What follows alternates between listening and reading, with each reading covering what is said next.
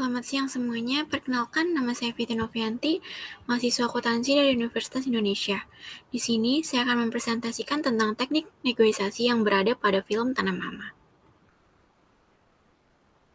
Latar belakang dari film Tanah Mama itu bergenre dokumenter perjalanan, dokumenter potret atau biografi, sutradaranya itu Astrida Elizabeth, produsernya Nia Dinata, perusahaan produksinya Kalyana Sira Films, durasi filmnya itu 62 menit 29 detik yang rilis pada tanggal 8 Januari 2014.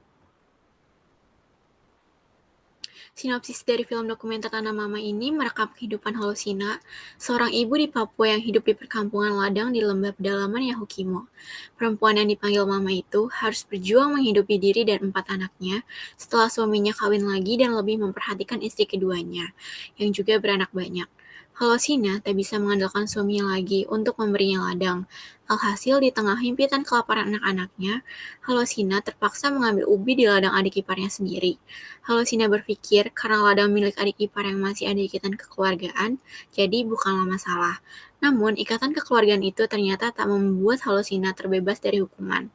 Pemilik ladang dan ketua adat tetap bersikeras bahwa Halusina harus membayar denda seharga 1 ekor babi atau sekitar Rp500.000, tidak punya uang sepeser pun. Akhirnya, Halusina kabur dari desanya dan bersembunyi di rumah kakaknya di kampung sebelah, namun ancaman denda terus mengejarnya. Walau dengan gigih ia berupaya menempuh jalan damai dengan membujuk dan meminta maaf sang adik ipar. Profil pemain dokumenter Tanah Mama yang pertama itu ada Halusina sebagai tokoh utama, yang kedua ada suami Halusina, yang ketiga ada kakak Halusina, yang keempat ada kakak ipar Halusina, yang kelima ada adik ipar Halusina, yang keenam ada kepala kampung, yang ketujuh ada saudara laki-laki Halusina, dan yang ke-8 adalah Eli, Atalia, Aminus, dan Anen yang merupakan anak-anak dari Halusina. Dan yang ke-9 ada Nixon, Naxon, Nathaniel, dan Cecilia, yaitu anak-anak dari Hosea dari istri keduanya. Alur cerita dari film Tanah Mama ini terbagi menjadi 3. Yang pertama itu ada alur awal, yang kedua alur tengah, dan yang ketiga ada alur akhir. Pada alur awal ini menceritakan keindahan tanah Papua, kehidupan orang-orang Papua dengan segala rutinitasnya, dan diceritakan oleh tokoh utama awal mula permasalahannya. Kemudian pada alur awal ini juga dilakukan pengenalan tokoh dengan cara tokoh pembantu menceritakan tokoh utamanya.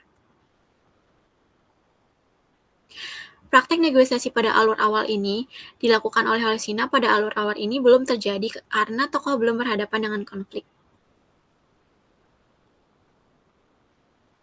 Alur tengah berisi tentang konflik yang mulai muncul dan dipermasalahkan. Mama Papua Halusina dibawa ke kantor kepala adat dan disek oleh adik iparnya untuk segera membayar denda ganti rugi. Namun, Halusina tidak memiliki uang sama sekali karena ia tidak memiliki lahan yang bisa menghasilkan apapun. Kemudian, Halusina meminta agar suaminya bernegosiasi kepada adik iparnya, agar tidak memperbesar masalahnya dan segera membuatkan ladang baru untuknya. Namun, suaminya menolak hal itu dan tetap menyalahkan Halusina. Praktek negosiasi pada alur tengah ini yang pertama, praktek negosiasi yang dilakukan terhadap ketua adat dengan menggunakan gaya komunikasi negosiasi induktif dengan cara menunjukkan kelemahan-kelemahan Halusina untuk membayar denda dengan berargumen. Yang kedua itu ada praktek negosiasi kepada Hosea, suami Halusina. Negosiasi yang dilakukan Halusina kepada Hosea menggunakan gaya komunikasi negosiasi induktif, di mana tokoh Halusina mengungkapkan pikiran-pikiran yang paling mendalam dalam keadaan apapun. Kuadran negosiasi yang dipakai pada alur tengah ini menggunakan kuadran kompromi. Pihak Halusina dan pihak adik ipar, pihak suami serta kepala adat tidak mendapatkan hasil yang diinginkan masing-masing pihak. Pada situasi ini, Halusina mendiskusikan masalahnya dengan suaminya tanpa ada pihak ketiga sebagai penengah.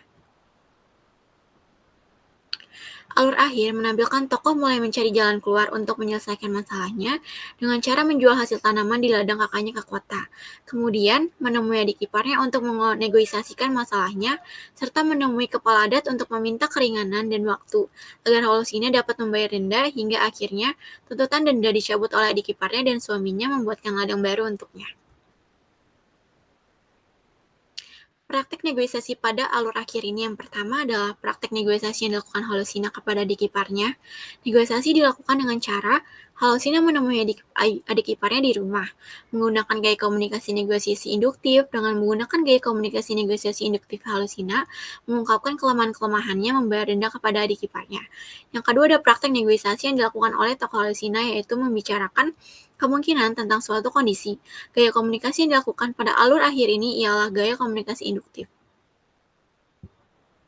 Kuadran negosiasi yang terjadi pada alur akhir itu ialah kuadran akomodasi, di mana tujuannya adalah untuk menghindari dari kesulitan atau masalah yang lebih besar, atau upaya untuk mengurangi tingkat ketegangan akibat konflik tersebut atau menciptakan perdamaian, ditandai dengan mencabutnya tuntutan adik ipar kepada Holocina dan dibuatkan ladang baru oleh suaminya.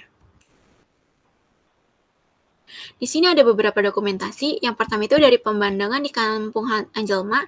Yang kedua ada pindahnya Halosina di rumah kakaknya. Yang ketiga ada keseharian Halosina dengan anak-anaknya. Dan keempat ada kampung Huguma yang merupakan kampung dari kakaknya Halosina.